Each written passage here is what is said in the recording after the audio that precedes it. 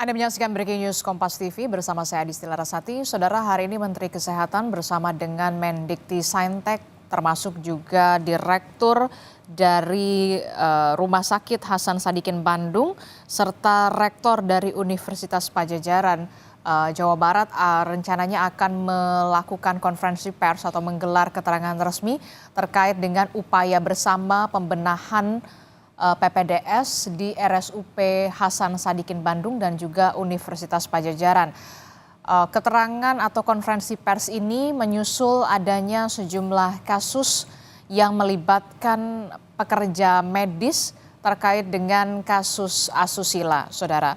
Seperti yang kita ketahui bersama, sebelumnya polisi sudah menetapkan satu orang tersangka dokter PPDS anestesi yang melakukan PPDS di Rumah Sakit Umum Pemerintah Hasan Sadikin Bandung, Jawa Barat. Dan kita akan tanyakan kepada jurnalis Kompas TV, sudah ada Putu Trisnanda di Kementerian Kesehatan. Selamat pagi Putu. Putu, jadi rencananya siapa saja yang akan menggelar konferensi pers dan apa yang menjadi fokus dari konferensi pers ini, Putu?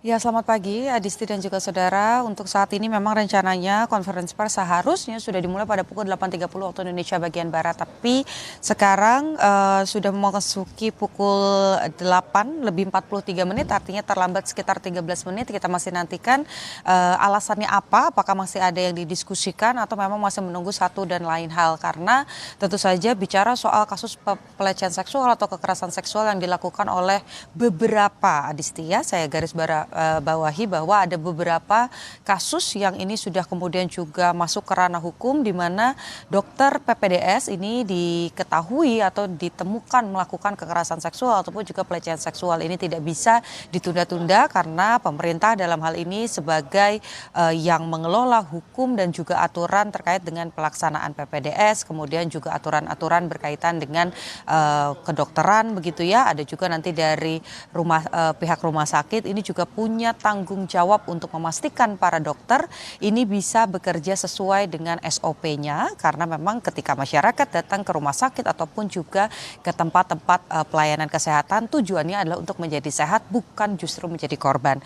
Nanti rencananya memang kalau di awal begitu diinformasikan pada pagi hari ini yang kemudian akan melakukan konferensi pers adalah Menteri Kesehatan, kemudian juga ada Menteri Pendidikan Tinggi, Sains dan Teknologi begitu yang akan juga ikut dalam konferensi pers bersama dengan Rektor Unpad, kemudian juga ada Direktur Utama dari Rumah Sakit Umum Hasan Sadikin ini yang nantinya akan menyelenggarakan konferensi pers.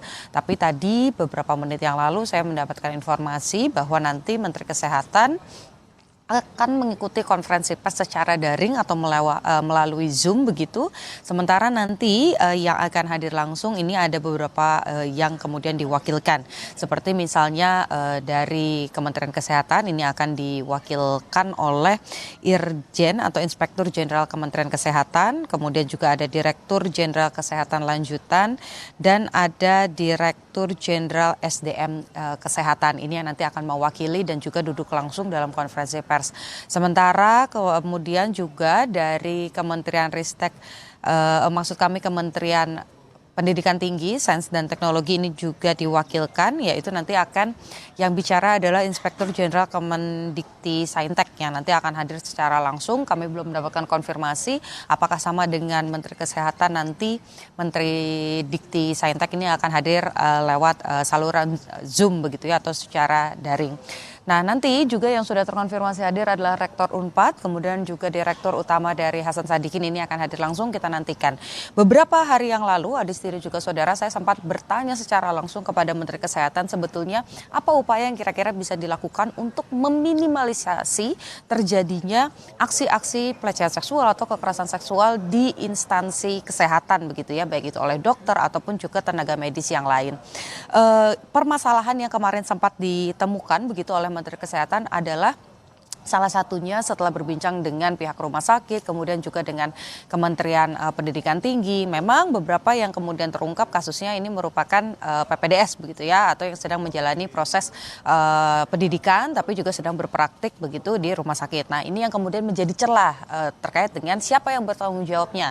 Apakah pihak rumah sakit begitu, karena tentu saja kalau rumah sakit ini kaitannya dengan Kementerian Kesehatan maka ada regulasi yang harus diatur, atau dari sisi pendidikannya yaitu dari Kementerian Pendidikan Tinggi, Sains dan Teknologi, di mana nanti kaitannya adalah dengan universitas-universitas. Jadi kita masih nantikan apakah nanti ada regulasi khusus yang akan menjembatani perkara tersebut atau nanti justru ada upaya lain begitu, khususnya juga terkait dengan sanksi karena bukan hanya etika saja yang dilanggar tapi ini juga sudah masuk ke ranah hukum. Adisti, kembali ke Anda di studio. Oke, baik, kita akan lihat bagaimana pemerintah menyikapi maraknya kasus kekerasan atau kejahatan seksual yang dilakukan oleh oknum dari tenaga medis. Apakah nanti akan ada perubahan regulasi atau ada regulasi khusus soal ini? Baik, terima kasih informasinya jurnalis Kompas TV Niputu Trisnanda dan juga juru kamera Yogi Syahrevi melaporkan langsung dari Kementerian Kesehatan.